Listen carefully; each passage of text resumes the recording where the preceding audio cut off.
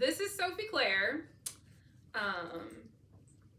Oh goodness, okay, right here. Oh my goodness, it's belly time. You show the people the berry. You can show the people the berry. Oh my god, gotta keep some things private. Come here. Come here. Oh, she's a toy Cocker Spaniel. She's actually probably a normal Cocker Spaniel with stunted growth. Because when I adopted her from 2 nursing students in Louisville. Gave $300 for you, huh? I had a dog. I still had Muggsy, and he lived at home with mom and dad because he had a fenced-in backyard to run around in, and I wasn't gonna shut him up in a 1-bedroom apartment in the city. Thanks, Rip. That's Rip dropping the bone. Sound effects by Rip. So I think my then boyfriend at the time saw a picture of Muggsy and was like, oh, he's an old man. And so he was kind of planning ahead on like, let me get us a younger dog to help with that process when it happens. So I kept saying, no, I have a dog, I have a dog, I have a dog, I have a dog.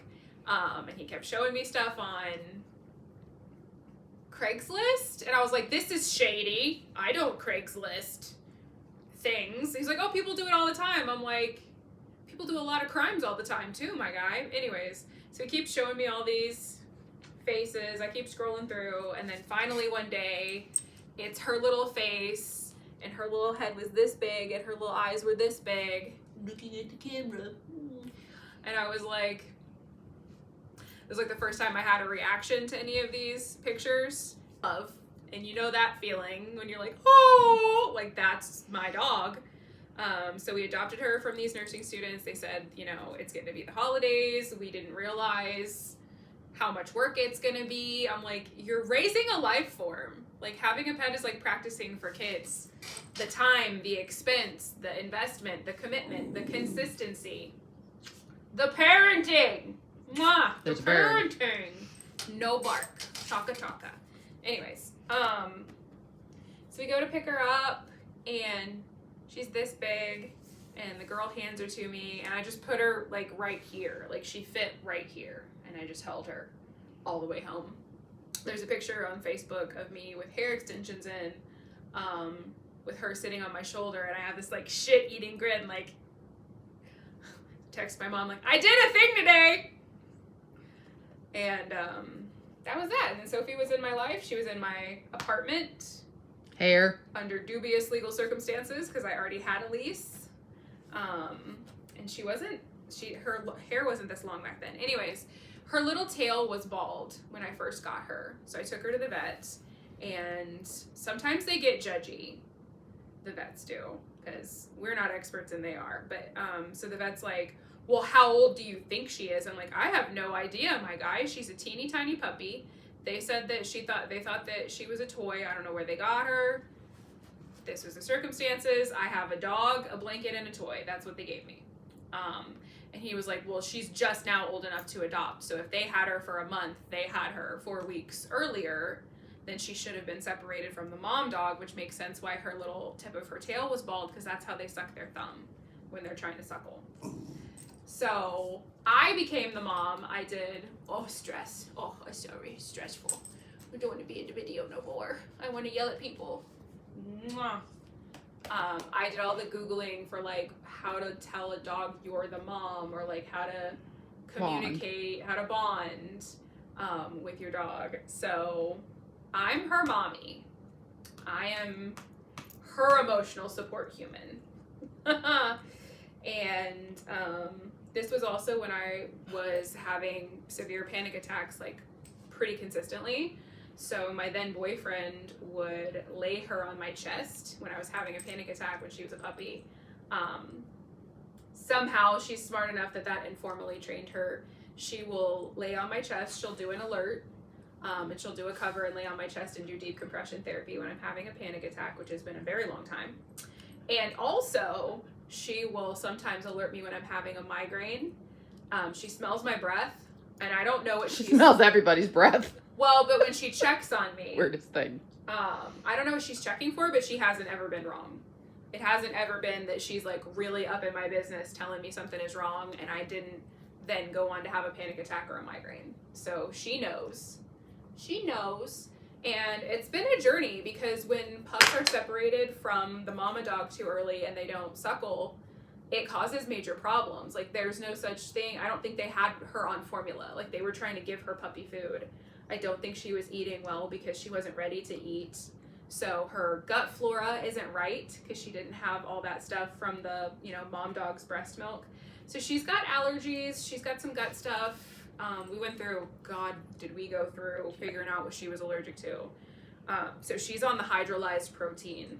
She's on the expensive puppy food because it breaks down the proteins because her little gut just doesn't have all the good guys that it takes to break food down. We were quiet for your segment, dude. You remember that? So, anyways, her name is Sophie Claire. She hates motorcycles. She hates men in hats. She loathes entirely men in construction hats or helmets. I don't know why. None of that has anything to do with my ex, other than being a man. She's a snugga bugga wugga. Ball is life. She has her little teeny tiny squeaky balls and great big huge tennis balls. Great big ones downstairs, so we try and not get them lost under the furniture. So she loves balls. She's 6. She's 6 years old. And she still plays like she's a baby. It's maybe for shorter spans of time, but kind of like with Squizzy. Morning and evening, she gets a little zoomies. She loves tummy rubs. Come here. Oh, come here. Show the people you love the tummy rubs. Show tummy. Nope, not today. She said, not right now. Not right now. She has the cocker problems where, especially with her allergies, there's usually like one ear that's yucky that I have to keep an eye on. And her hair, God, did her hair ever come in? This is winter time, so this is like double what I usually have her with the body length. I have to keep it cropped short because of her environmental allergies. She's allergic to mold. So if her little fur gets wet and then she air dries, or she goes out walking in the leaves. She goes out walking in the leaves, like mold gets on her and it gets in her fur, and then she's allergic to herself because she's walking around with mold on her. So other than the winter time, she gets a bath every 6 weeks, which is a lot of baths if you don't know as a dog person. Lots of ear care. A lot of ear care, a lot of spray that helps it like dry faster so we don't trap anything in there and get yucky. This is the good one. She won't let me mess with the other one. This is the okay ear right now. I love her little personality. She is a cat in a dog suit. She's a sassy. She's very spicy and sassy. She's very bougie. It's kind of like, is she high maintenance or am I low budget kind of vibes? But she loves to perch on things. She's looking out the window right now because that's her favorite channel is front door, window. Her second favorite channel is bedroom window, my bedroom window. She likes to watch birds. We love birds and squirrels. Because of the cocker in her, she really loves birds. Like, her best day is if we go to the park and see GEESE or DUCKS's. Because she loves big BIRDIES's, but she can't spell. Squirrels. And squiggles. Squiggles. So, she loves birds. She loves to see them. She doesn't know what the hell to do with them, but she really knows she loves to go see them. She's just a good baby, and she likes to sit in my lap when I drive. She's a good road trip dog. She was a hiking dog, but we're both out of shape, so we're both gonna have to get. She's not a great road trip dog. For you. If she's in the car with me, she's quiet. If Yeah. you're in the car with me and she's in the back seat, she whines from beginning to end. Do you want your mama? I'm not sitting in the front seat. So No dogs sit in the front seat of my car. she's very smart. I feel like if I got her buttons, she'd be one of those dogs who would like speak in complete sentences and tell me what's up. But she's already very communicative. So, I wish she played with the little boys because Mac thinks that she's the coolest thing ever. He follows her All the around. time. Like, He follows her around. He copies her. Sometimes he'll come up to her and go, like, want to play. And she's and like, bump into her. she's like, what the hell? She's literally, I'm out. So, I wish she had more socialization, but in the or early, had been with puppies longer. yeah, in the early days when I got her, I was very sick. That was at the beginning of my endometriosis really taking over my life. So she was in bed with me a lot. And she's still in bed with me. don't wake her up. Don't wake her up. She doesn't want to get up. She wants to sleep in. So my Sophie Claire, she's really furry now that I'm looking at her across the room. but I have to do trauma-informed haircuts. Unfortunately, she was traumatized by a groomer one time, and so now I get to do haircuts at home. We do trauma-informed haircuts. If you're having trouble doing a trauma-informed haircut at home, watch sheep shearing videos for the holds, because they will show you the holds where you can hold them and not hurt them but still get the job done, because that's been a lot.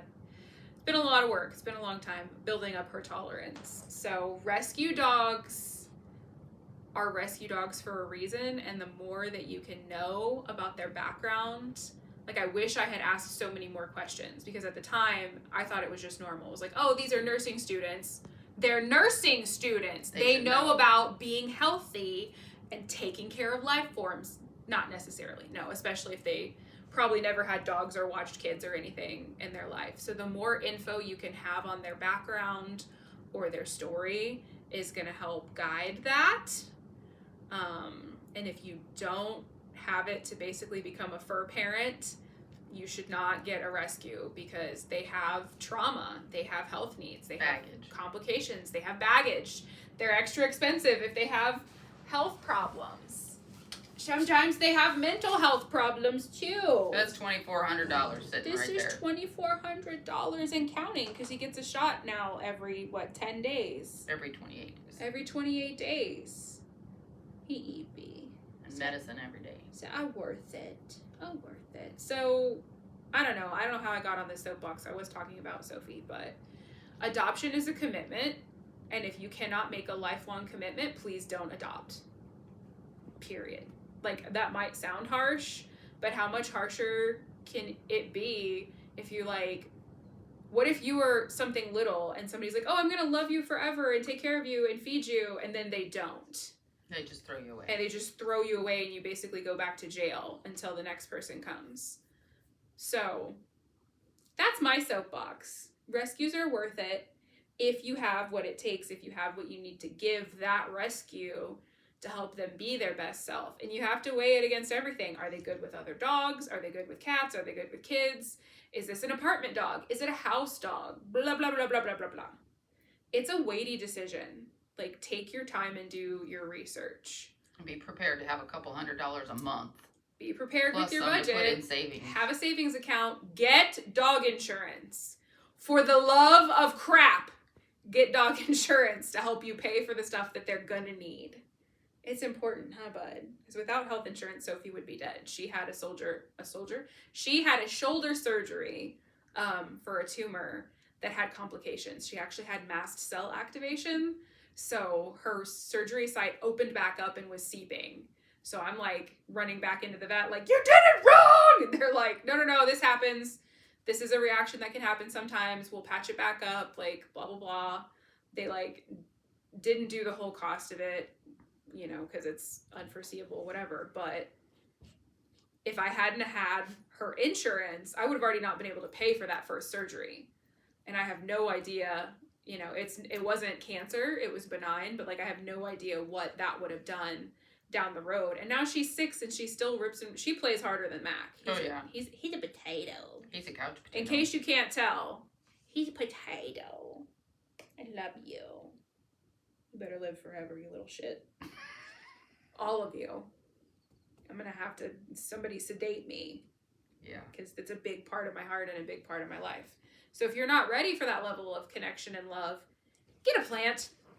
Get something sturdy, you know, like a cactus. Practice caring for that first, because this is love. This is a life form. This is for life. They have little personalities. They have their little feelings and moods and needs and quirks. As Rip walks away, he just gave me the side eye and was like, I'm taking a nap. Went and walked in. Going to bed. Walked in the bedroom.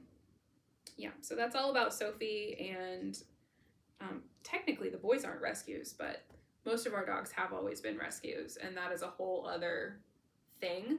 Well, they still came with baggage. They still came with baggage. They're their own people. They come with baggage. So talk to your adoption center. Know the skinny as much as you can. Look up the breed that they think it is, and look at potential health problems or common health problems, different breeds. Look at their paw size. Look at their paw size, because if they're little baby bean and they have big paws. They're going to get big. You got to do your research and choose wisely.